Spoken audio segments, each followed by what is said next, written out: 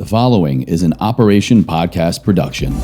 And it was this really pivotal, challenging moment in my life because I was like, I don't want to give up on human design because like I do feel like this is like medicine for the world. It feels like this can transform people's lives. Human design is so much more popular than it was 10 years ago, 5 years ago, 4 years ago, but it's still really nascent. And so the experiment with the book, I don't know if it'll be successful, is like, can this book help us cross the chasm? Yeah, it's been a pretty amazing journey over the past 6 years in ways that are so surprising, you know, in ways that I like look back, I'm like, how did that all happen? Are you ready for a wild ride? I'm Alexis Artin, and I invite you to strap in because this is more than a podcast. This is Look at Me Now. Hello, everybody. I am, as always, just really fucking grateful to be sitting in this chair and getting to have another really yummy, juicy conversation with an epic human. I mean, we have Erin Claire Jones here today. She is, like quantumly awesome at human design. She's a human design teacher. She's an author. And as we all know, there's going to be so much more to her to be revealed here today. Thank you so much for coming in. Yeah, thanks for having me. I'm so happy to be here. Me too. And, you know, not with every guest do I do, you know, what we call like a pre-call, right? Where like you get on the Zoom or on a phone call with somebody before the episode to kind of chit chat and get to know each other and maybe, you know, do a little pre-planning. I don't often do that. But I did with Erin, and I already was like super jazzed about getting to sit down and have a conversation. I am not a human design, like, you know, there are people out there that are super into it. I'm not one of those people, but I have had my human design chart done before. Oh, wow. If you were to ask me or quiz me on it, I couldn't give you any of the details or information. But I remember as I was being walked through it, being like, well, I'll be damned. That all makes a lot of sense. And I know a lot of people who are very dear to me that swear by it. So I'm actually really intrigued by all of it. And you got my details, so we'll see what unfolds here. But I would love to be able to bring that into the conversation. But at first, really get to know, like, you know, we don't just end up in these roles of being a human design teacher by accident, right? Like something planted that seed a long time ago. So can you take us back, like turn around on the timeline and walk us all the way back to your beginnings and sort of walk us from then till now? Yes, I don't think this was the plan. I feel like I've always been so curious about people and always loved asking questions and like understanding how they worked. And so looking back, like it makes sense that a thing like this would draw my attention. But I don't think I ever thought a career could be built around it. You know, my parents always thought I'd be a therapist. But when I discovered human design, it was 10 years ago now in 2015. I was living in New York City. I was working for a number of different startups at the time, and I was enjoying it. It felt like really fun. I was very in the like entrepreneurial scene in New York City, but it didn't feel like I was like doing a thing that was like, this is me. Like I really like figured a thing out, or this feels like my true gift. But anyways, I was 25 years old. And I went to a friend's party on the Lower East Side, and I sat next to a stranger. And the stranger asked to read my human design chart. I had never heard of human design. This was at a time that human design was not popular, like very much not in the conversation. It was super fringe. But I think that I was open to any modality that would give me interesting information about myself. So I was like, okay, tell me everything you see. And he proceeded to give me the most accurate, insightful reading I'd ever experienced. And I felt like he gave words to my inner experience in a way that I was like, how in the world would you know that? And also like, I've never had words for that before. And I also felt very confronted. I feel like everything he presented was the opposite of what I was living. You know, so much of my design is around like not trying to be this consistent doer, being more of a leader, a teacher, or a guide, but I was like very much in the doing, and it was all that I knew. And he actually ended that conversation by saying, Erin, I think you're meant to do this. I think you're meant to share human design with the world. You can imagine like how wild and weird that felt hearing from a stranger about a system you'd never experienced before. So I think that it was interesting. It wasn't like an immediate thing where I was like, oh my God, yes. But I was like, okay, interesting. He lived in LA and he went back to LA, and I had a trip planned to LA the next week. So when I went to LA, we started sitting down and talking, and he started showing to me all the ways in which human design could not only be supportive in helping individuals find their flow, but how it could be used to support teams and understanding how they could work better together, how couples could find their flow, really understanding each other's dynamics and operating systems, how parents could use it to understand their kids. And I think it was that relational piece that just really struck me. I was like, we are all so different, and human design really gives us the language to understand what those differences are and how we can honor them.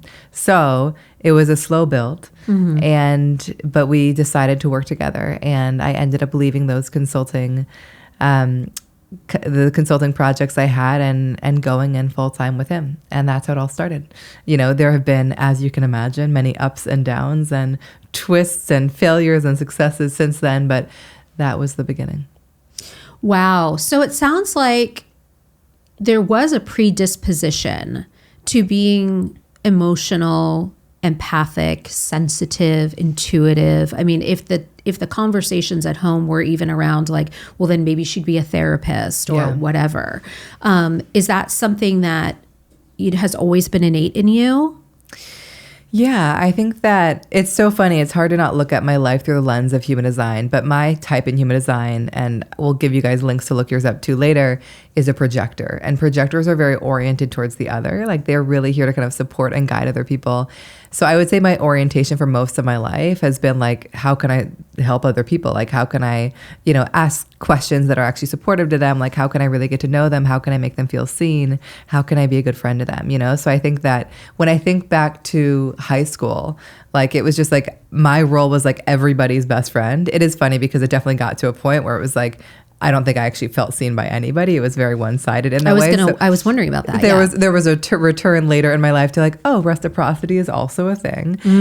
But I think that I was just very oriented towards, helping people. And I will say part of that probably is rooted in the fact, I was kind of like a peacemaker in my home. I grew up in an amazing home, but also like, I think that I felt like I really had to make sure everybody was okay, and so I think that like that definitely contributed as well. So it was a bit imbalanced when I was younger, but I think the orientation towards the other was always very natural. And in a way, it was just like so fun for me to really get to know people. And also when I was living in New York City and working at startups, I was actually way more interested in like how people were working together than like always the things that we were building. Yes. And so it was so funny because I so often became the person people would come to be like, this isn't working, or how can I improve this dynamic? And so like, I guess the people element has just always been where I've been focused. Yeah. And it's interesting because you said that the confronting nature of that conversation, that sort of light bulb moment,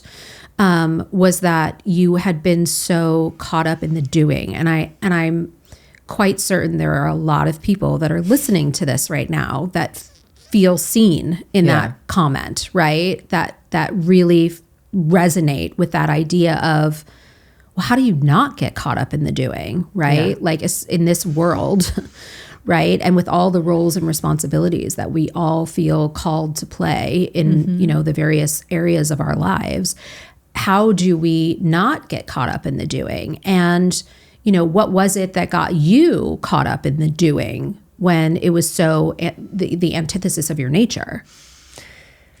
Well, I will say, so much of my type in human design, projectors, is that, as much as we're not here to be doers, we are like the most susceptible to overdoing.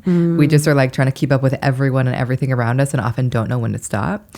And so when I moved to New York City, I was 23 years old and I had written my thesis on entrepreneurship. So I was like very into entrepreneurship and like how people build businesses. And I went to a startup immediately.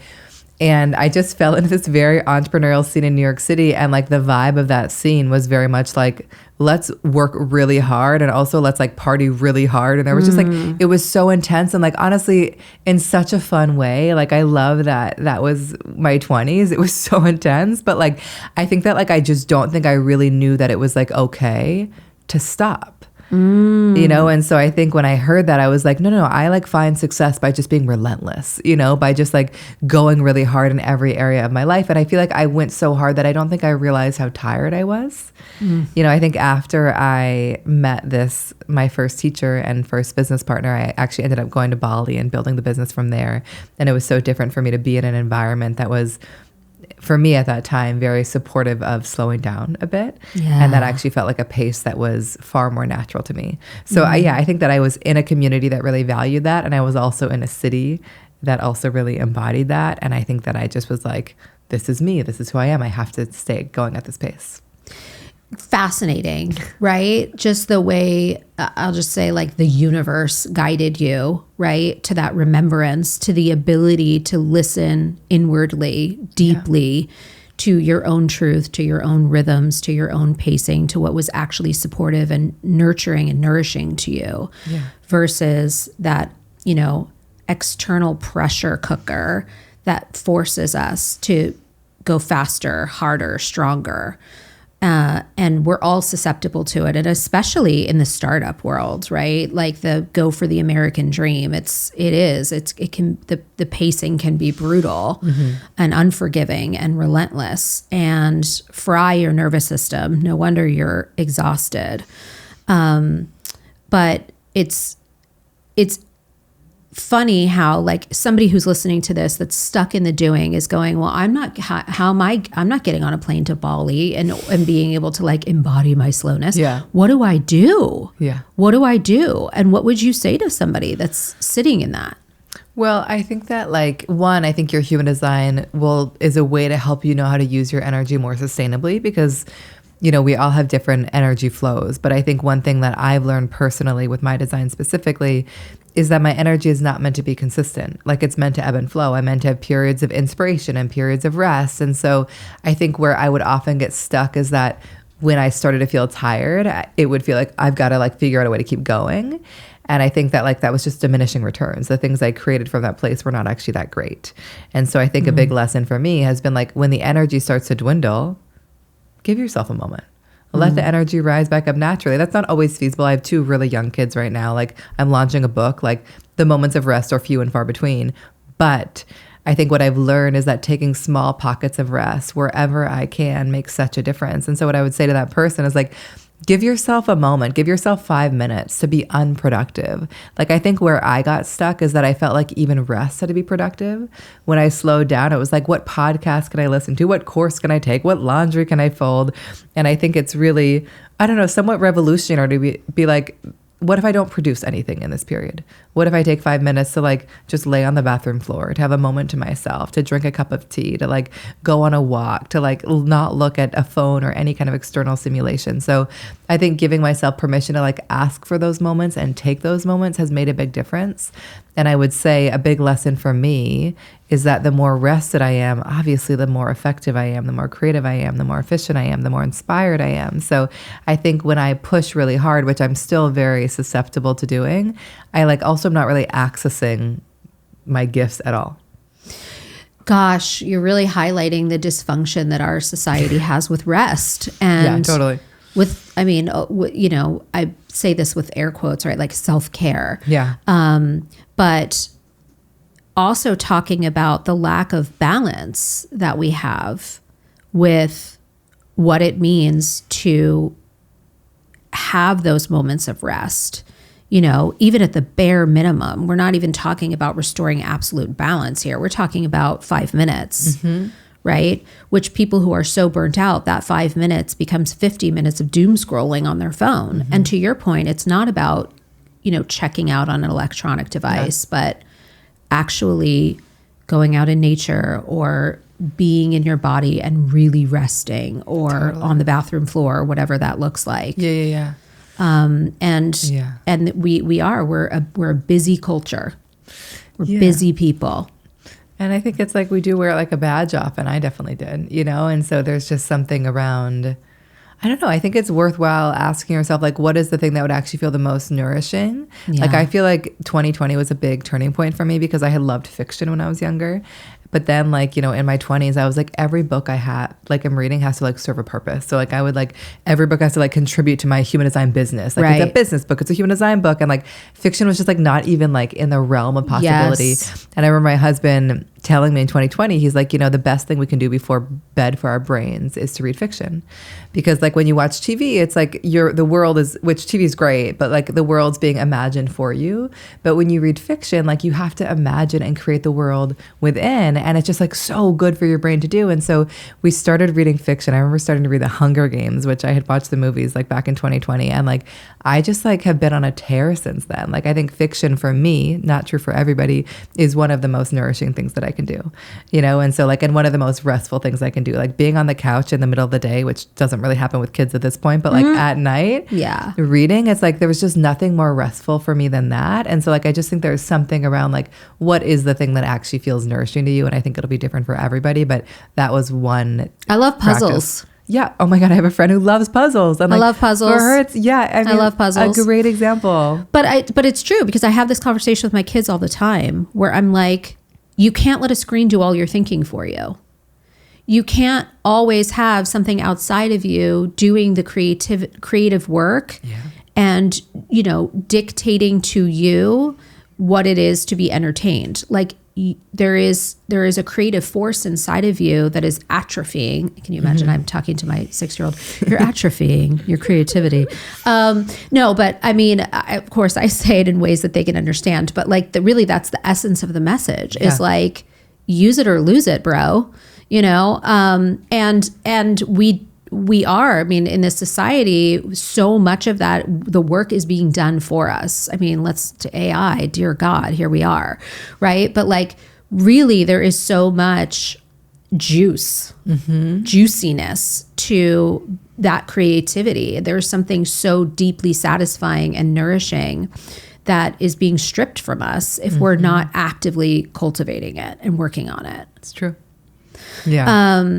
Okay, so I digress. We've met this gentleman. Yeah. We've gone to LA. We've gotten deep into the world of human design. And like, tell me about like how things started to change. Did they change quickly? Did they change slowly over time? Tell me a little bit about those. You said like there were moments of like, you know, epic, you know, ups and downs, twists and turns.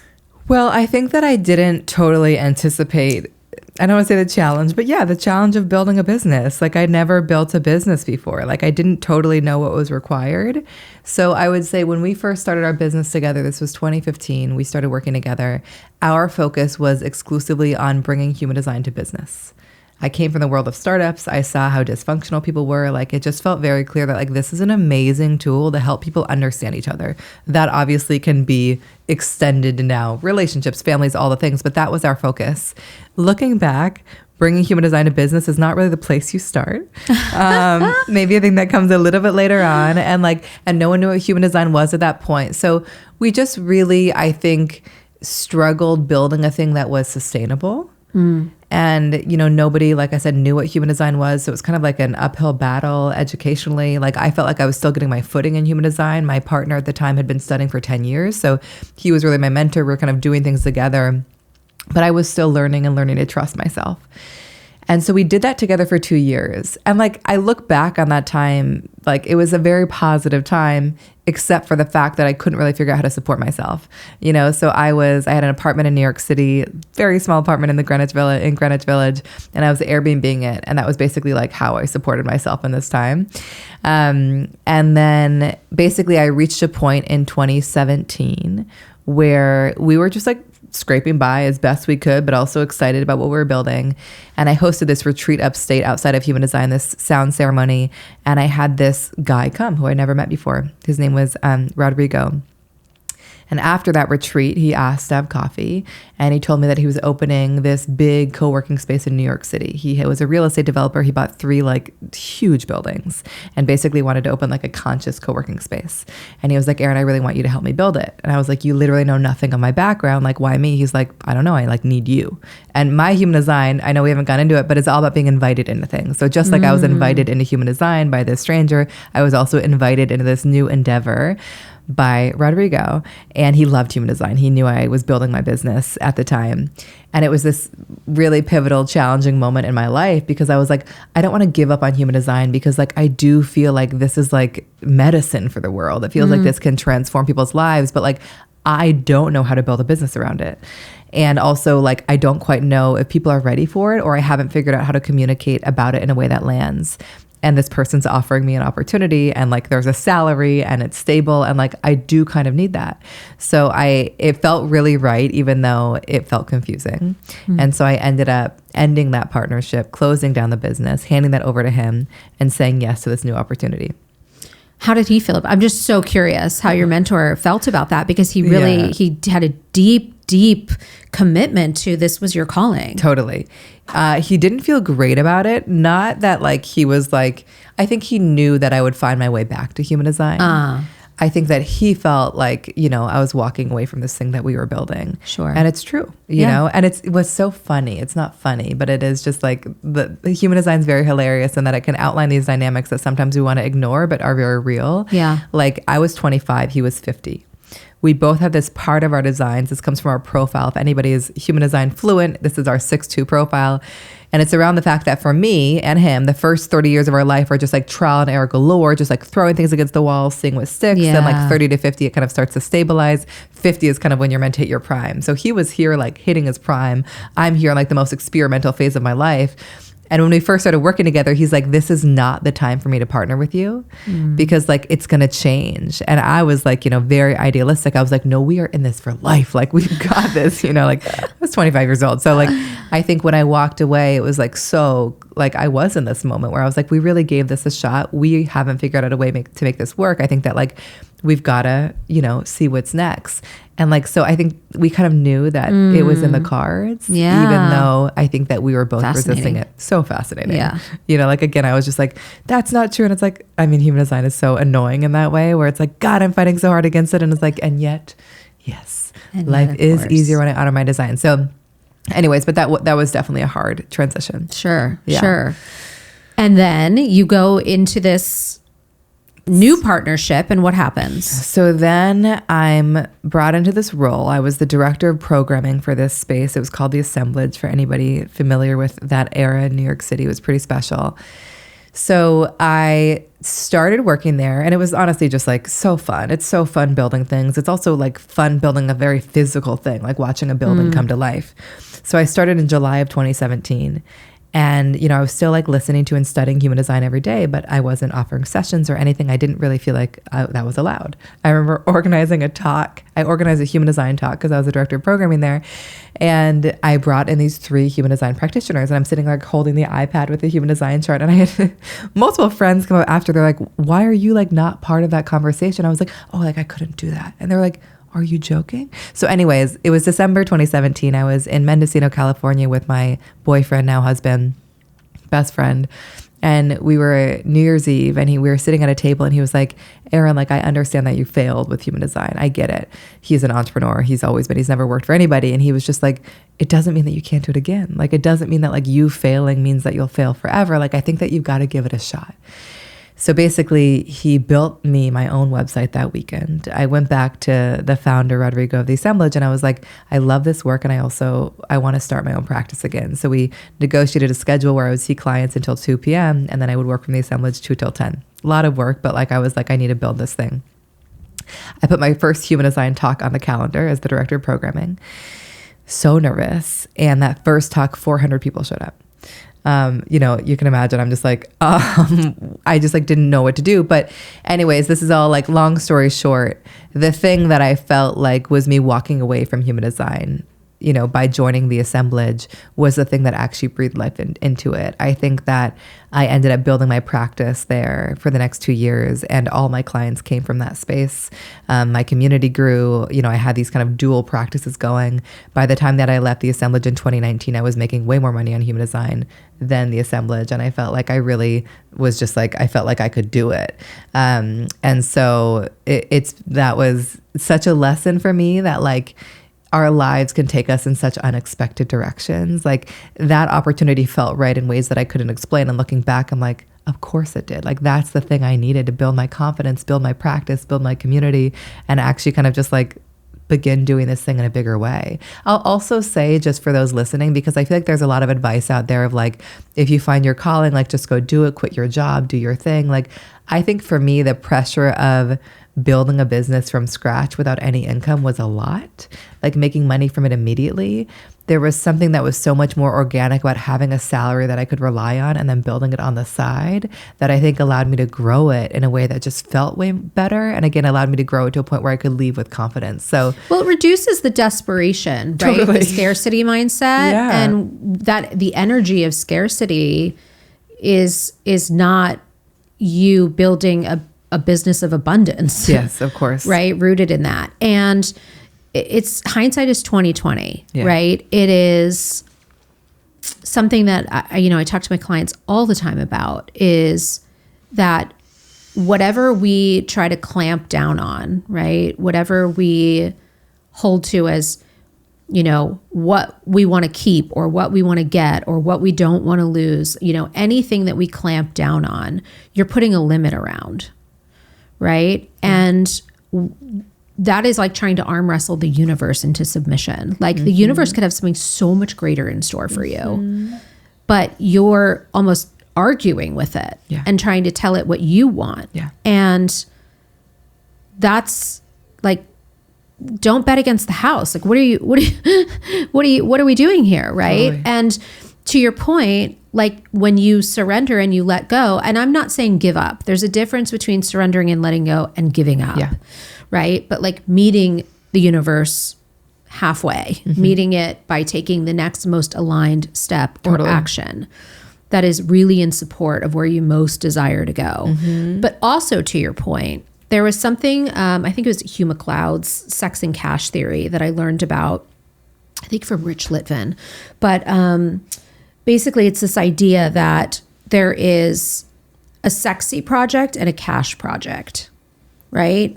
And the sexy project would be, let's say, human design. And the cash project is being the director of programming. Yeah.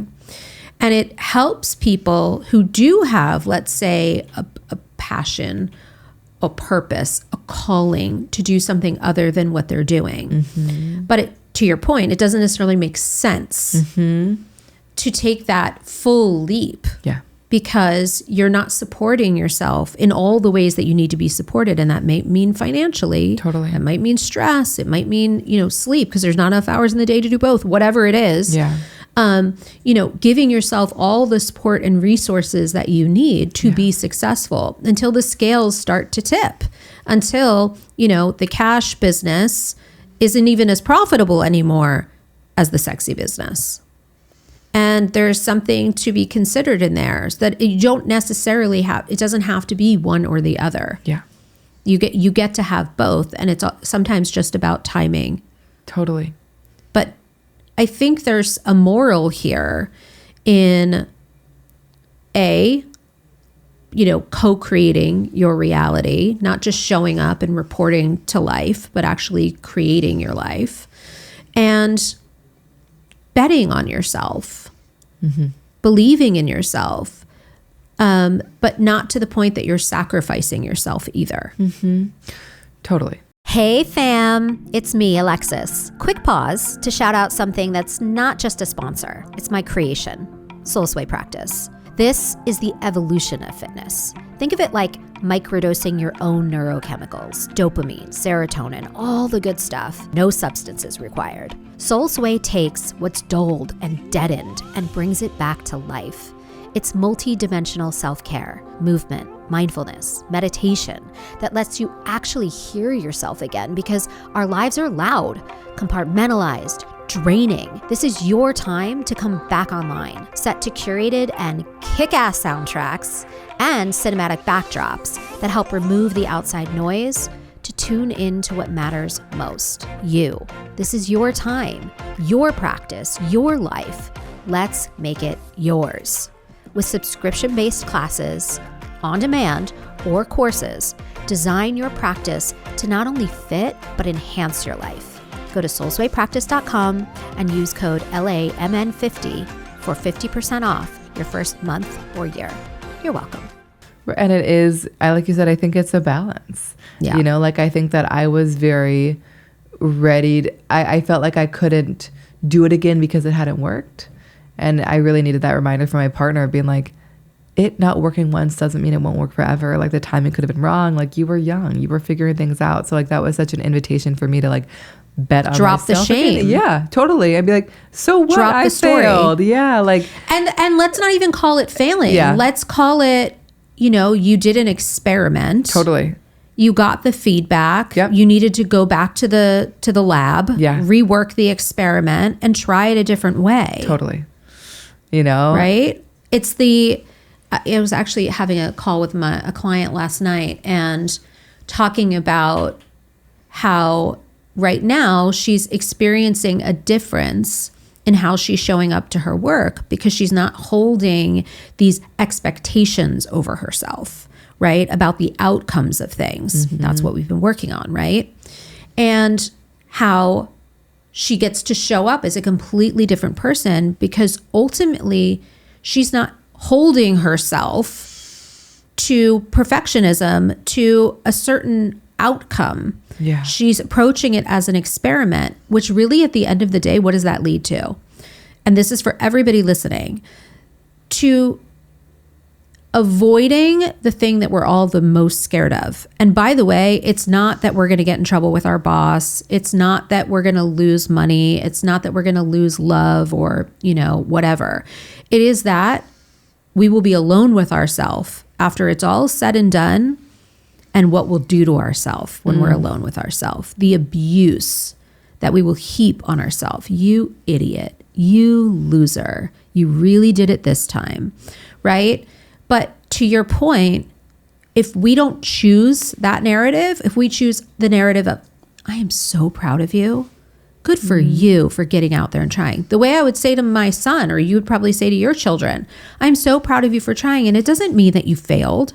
It doesn't mean that it's never going to work out for you. Yeah. Let's rework it. Let's reimagine it. Let's recreate it. Right? Yeah. And so thank you for sharing that story. I think that there is so much permission Yeah. in that for people. Yeah. I hope so. And especially to see now how successful it's become, that sometimes things aren't immediate. Often not immediate. Often not. You know, I always say motherhood and entrepreneurship are not for sissies. Oh my God.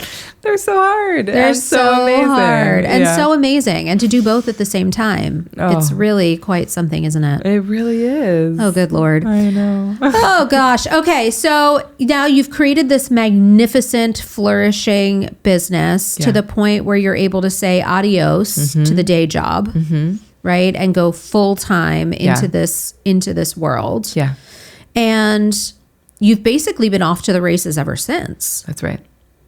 6 And years. Yeah. And you've also written a book. Can you tell us about that? I would love to. Yes. I think that, yeah, it's been a pretty amazing journey over the past 6 years. And I think that, yeah, in ways that are so surprising, you know, in ways that I like look back, I'm like, how did that all happen? You know, but it's grown so organically. I think the book does feel like the most recent manifestation of it all. I think that I have wanted to write a book for a while. I've been asked to by a lot of my community and clients for a while, but like the timing never really felt right. And again, my strategy in human design is all about being invited into things. And I had this one agent that had kept reaching out. I was taking calls, but it never felt like the right time.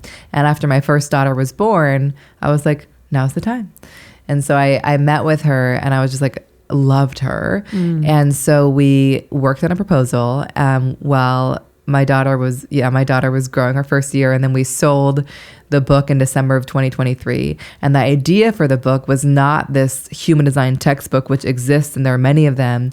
The idea is, how can we make human design accessible to the mainstream? How can we present human design as a tool for empowered decision-making in every part of your life? How can we create a book that like is a decision-making guide? You're at a moment in your life, you're at a crossroads, you don't know what to do next, and you open the book and you're like, I know exactly what to do. So my goal with this book is, how can I make human design the most practical and accessible around relationships and career, and kind of create a real user manual for people. So that's where it all started. I share kind of the timeline to say I then I got pregnant. And so I wrote the entire book while I was pregnant with my second daughter.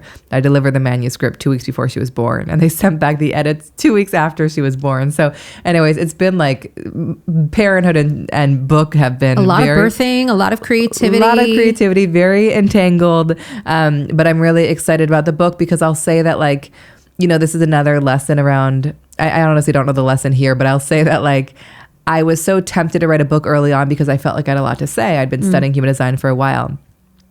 But what I didn't realize is that because I gave myself, 8 or so years to sit with 4,000 people in sessions, to like have 43,000 clients, to like teach 1,000 people how to like teach and share human design, the place that I wrote the book from was not what I knew about human design from the books and my studies. It was very much what I had observed in people's lives, like real world data stuff, like what actually changed in their lives when they integrated their design in their lives, what happened to their marriages, what happened to their relationships with their kids, into their businesses, into their careers. So what I'm so proud of in the book is that it's not just giving you so much insight into how you work best in every part of your life. It is through stories. It is through like very practical real life stories that to me makes it so much more interesting to read. And so like, I don't think I could have realized like, that's why I had to wait. The book had to come from a different place and it had to be rooted in stories. So yeah, I'm super, again, like it's new. I've never seen a human design book like that. I've never even honestly seen an astrology book like that. So like TBD how it lands, but like, I know for me, like telling the story of human design through real people's lives was so much more interesting to me than telling just the concepts. It felt like that had been done. I didn't need to do it again. So fascinating, because I wrote a book proposal and it went to a very big publishing house and it went all the way up through the ranks and was getting yes. Everybody was so excited about it. It was like a pinch me kind of moment. And it got to the last approval desk and they denied it. And I remember feeling like my entire world was going to fall apart. My insides imploded and crumbled. And I thought, I'm never doing this again. It just was devastating. And here I am writing my next one, writing my next proposal. And the reason is because of the exact same thing that you said, which is it wasn't ready. Now I'm so clear that last iteration was not the book that I was meant to put in the world. The one that I'm writing now is. And it really harkens back to that, it wasn't a failure. It wasn't a failure. Yeah. It wasn't the right time. It wasn't the right alchemy, right? It was like you had to go back to the lab and you had to rework the experiment. And so it's interesting that theme keeps coming up, right? Totally. There's something in here for all of you that is like, whoever's listening to this, like it's not a failure. Keep going, keep tinkering and reworking and going back to the lab. Don't ever give up on something that is in you, because what's meant for you won't miss you. And if it's planted in you, it's there for a reason. And I think the question is like, it's so easy to look back and be like, oh, that's why that happened. That's why the timing wasn't right. That's why I couldn't build a business then. But I feel like the work is like, but how can I trust in the moment as it's happening? What she said. I think that's the challenge. And I think honestly, like I would say that's actually probably the root of why I love human design, because like human design is basically a tool to help you make decisions in an aligned way. And like to what you said earlier, to make the right next step. And so I feel like when I'm living my human design, when I'm like making decisions in a way that my human design suggests and finding opportunities in that way, I can really trust the process where it's like, I know that this feels correct. And therefore like, I don't know what happens next, but I know I'm on the right path. What do you wish more people knew about human design? I think that how practical it is. Like, I think, human design is based on your time, date, and place of birth, which can obviously turn people off, because it's honestly doesn't turn that many people off. Surprisingly, I thought it would turn more off, but like, it's very mystical in its origins, but very practical in its application. And so like, it's not just a system where you hear all this juicy information about yourself. It's a system that you're like, oh, now I know how to structure my days optimally. Oh, now I know how to make decisions in a way that like, I don't feel indecisive and I feel clear and confident. Oh, I know why my relationship with my friend is so hard and how I could show up differently. Like, oh, I know how to actually like ask questions to my husband or wife or partner in a way that actually like gets to their truth. Like, I just think that it gives us so many day-to-day practices that can transform our lives, because it basically allows us to find a way of operating that feels really authentic to us, in a way of really supporting others that are really different than us, which most people are. Yeah. So I think the like practical application, and that's what the book is about, I just think is like the coolest part about human design. I love that. Yeah. I love that clarity. Yeah. So now it's like we've looked at where this all came from. Yeah. And now here we are. What is next? Like as you look forward on the timeline, what's coming? What is the vision for the future as you continue to build your life, not just this business, but everything? I would say that like, you know, the vision for the book and with my kind of journey in human design right now is like, human design is so much more popular than it was 10 years ago, 5 years ago, 4 years ago, but it's still really nascent. And so the experiment with the book, I don't know if it'll be successful, is like, can this book help us cross the chasm into a more mainstream audience? Like, can it do it? And so like, I do feel like so much of my mission as it relates to human design is around how can I make this system the most practical, relatable, accessible to people. And like, so like that feels like part of the mission. But honestly, my honest answer to like what is next is I don't have a clue. I feel like this book was the culmination of a really intense 10-year journey. I feel like the book is going to be out in the world and like, I'm going to see what happens next. I really honestly am not gripping onto any of it. I think that like, I don't know. That's the best approach. I don't have a clue. I mean, like one thing I know for sure is, you know, I have a 7-month-old and a 2-year-old. Like I spent a lot of time with them, and this book has been really intense, especially this book launch. So like, I think just like a lot more time with my family. I would say that's probably like the only really thing I'm thinking about beyond May. What a brilliant, I mean, what a brilliant thing to focus on. Absolutely. I think that there is sometimes a nature that people have to hijack other people's values, right? To make things important to themselves that aren't inherently that important to them personally, but they think that it needs to be important. Yeah. And so often people say, oh, family is important to me, but really their work is more important, but they're not willing to admit it to themselves. Right. Or, you know, whatever. You get where I'm going with that.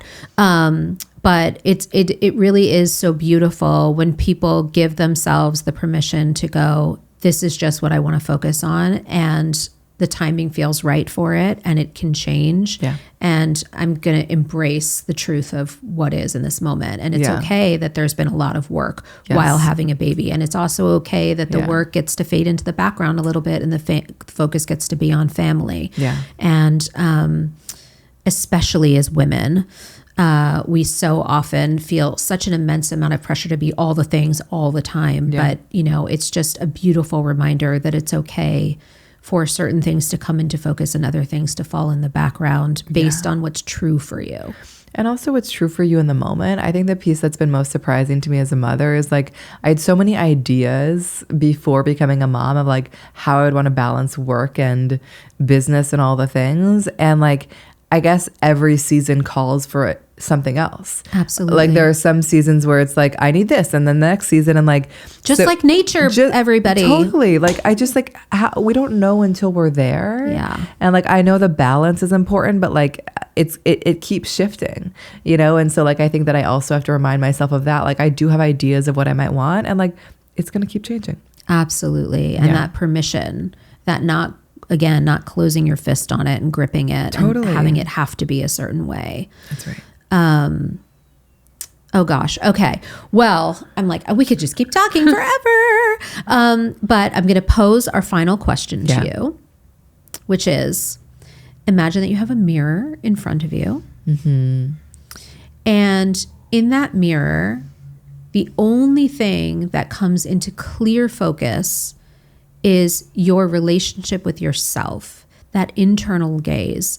All the external gaze falls away. All of the expectation, all of the pressures, all of the agendas, all of the judgments, all the yous that you have been up until this moment are being reflected back to you in a moment of validation, acknowledgement, appreciation. No matter what you've done or not done, you're worthy of love.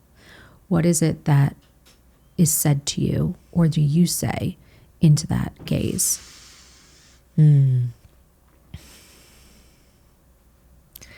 I I mean, honestly, like the only thing that comes up is just like, you're doing great. You know, like I feel like it's just like, you're doing your best. I feel like it's so easy in so many moments to be like, I could do more of this for the book lunch. I could do more of this at home. I'm just like, I'm doing my freaking best right now, you know? And so I think just being reminded that like, you're doing great. And isn't that all we ever really need to hear? Yeah. I mean, it really can be that simple. Yeah. If we allow it. And if we just take that quiet moment to remember that. Totally.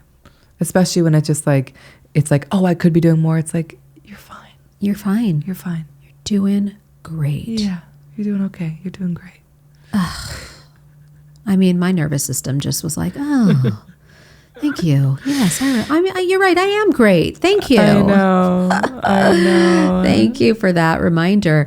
Okay, so where can everybody find you to be, and I sing this every time, part of your world? So if you want to get the book, which I highly recommend, the book is called How Do You Choose? A Human Design Guide to What's Best for You at Work and Love and in Life. You can get that anywhere books are sold.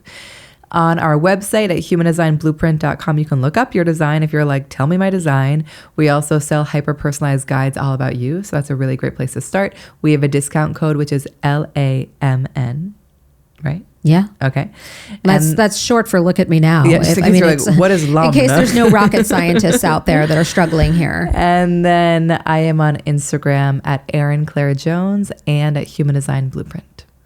I mean, I might have to go back into my profile and just find out what's going on and start signing up for some things and noodling around because and look up your kids and my children. Look up your kids. Look up my kids. Yeah. All right, people. Let's talk further about this on the interwebs.